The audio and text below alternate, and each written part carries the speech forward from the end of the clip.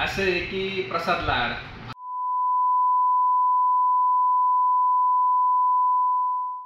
आणि तुझं काम काय आहे? तुझ्यावर मानव तस्करी करायचा आरोप झाला विदेशात. तू मुलांची तस्करी करतो हा आरोप माझा नाही. तुझा आर्थिक गुन्हे शाखेने त्याच्याबद्दल तुझी चौकशी केली आणि तुझं काम आहे कॉन्ट्रॅक्टर घेऊन पगारामध्ये दलाली खायचं. आणि ते खरा भाडखाऊ हा शब्द तुलाच लागू होतो. दलाली खाणं काम माझं नाही आहे. मी सामान्य कुटुंबातला आहे. दलाली तू खातो. पोरांचे पगार शासनाकडनं 15,000 घेतो, त्यांना 12,000 देतो. तुझा धंदाच आहे दलाली करायचा आणि भाड खाणं हे तुझं काम आहे. त्याच्यामुळे खऱ्या भाडखाऊ तूच आहे. आणि राहिला टंगडी बिंगडी मोडायचा प्रश्न, प्रसाद लाड, तुझ्या घरातलं मच्छर कधी तू मारलंस का रे? हा, घरात बसून व्हिडिओ करतो, 20-20 बॉडीगार्ड मागं पुढे घेऊन फिरतो, सशाच्या काळजाचा तू. तुझ्या तोंडात ही नेबळट, तुझ्या तोंडात ही भाषा शोभते का? टंगडं बिंगडं मोडायचं, घरातले मच्छर मार अगोदर, नंतर मला दम दे. हड.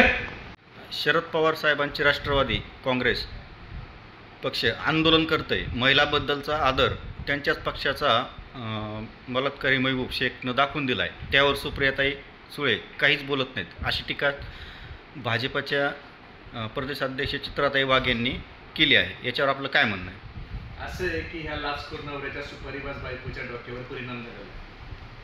मी बलात्कारी आहे का नाही हे ठरवणारं कोर्ट आहे. कोर्टाने मला बिसमरी माझी ऍक्सेप्ट केली आणि मला गुंतवायला ह्या लाचखोर नवऱ्याच्या सुपारीबाज बायकोने काय षडयंत्र केलं हे देखील त्या मुलीने सांगितलं.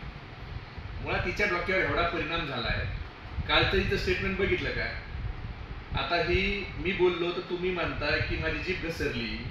आता ही बाई काल बोलती की मी टंगडीला धरून 117 महबूब शेख फिरवते. एखाद्या चांगल्या घरातल्या सभ्य घरातल्या कोणत्याही बाईच्या तोंडात ही भाषा शोभल का? कोणती सभ्य घरातली बाई ही भाषा बोलू शकते टंगड्याला धरून? अरे म्हातारे क्वातारे तुझ्या टंगड्याला धरून आतापर्यंत फिरवली, पण हा खामके आहे ना महबूब शेख, तुझ्यासारख्या 200 जणीला एकटाच लई आहे. मी आता पुढे जर बोललो तुझ्या टांगड्याचं, हे टांगड्याचं बोलणं तुला शोभतं का?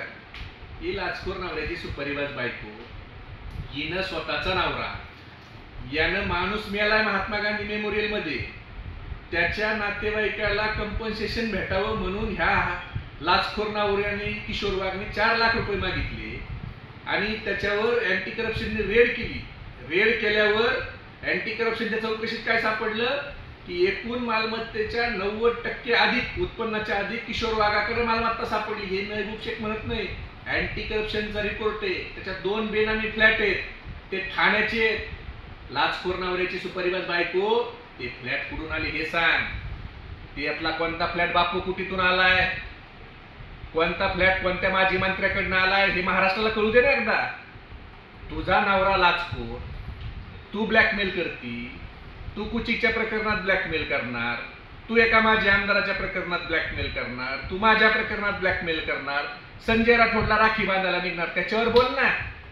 महबूब शेख काय ते तुला कोर्टात दिसतेच ना, आब्रुनुकसेंचा दावा तुझ्यावर आहेच, तिथे येऊन बोल ना. मग मी जर बलात्कारी आहे ना, तुझ्याकडे पुरावे तर तुझ्यात हिंमत असेल तर तू कोर्टात ते पुरावे दे ना.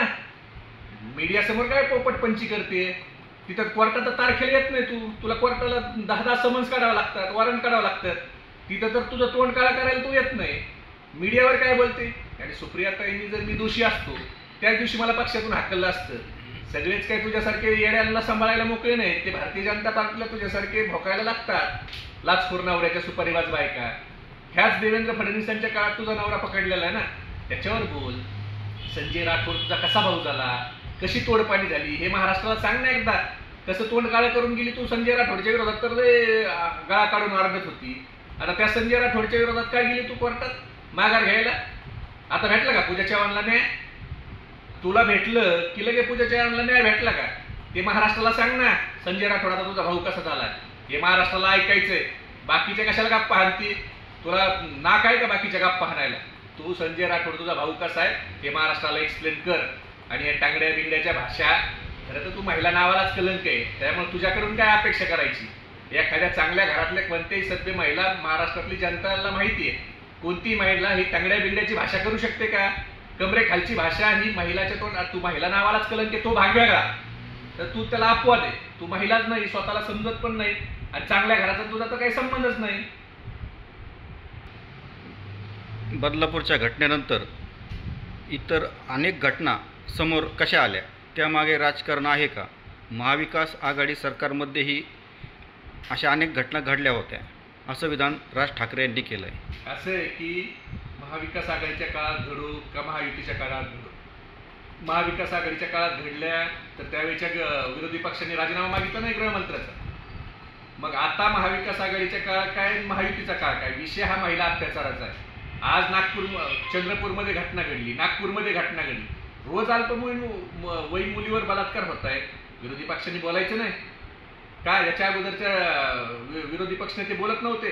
अरे खोटे गुन्हे दाखल झाले तर 5-5 वेळा विरोधी पक्षनेते देवेंद्र फडणवीस विधानसभेत बोलत होते. मग आता खऱ्या घटना घडल्या तर विरोधी पक्षांनी बोलायचं नाही, ही अपेक्षा कशी काय राज ठाकरे करू शकतात?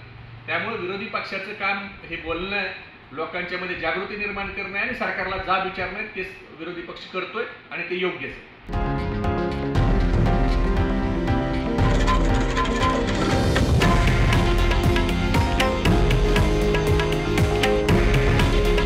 हे आहे देशातील नंबर 1 न्यूज नेटवर्क आणि आपण पाहत आहात TV9 मराठी.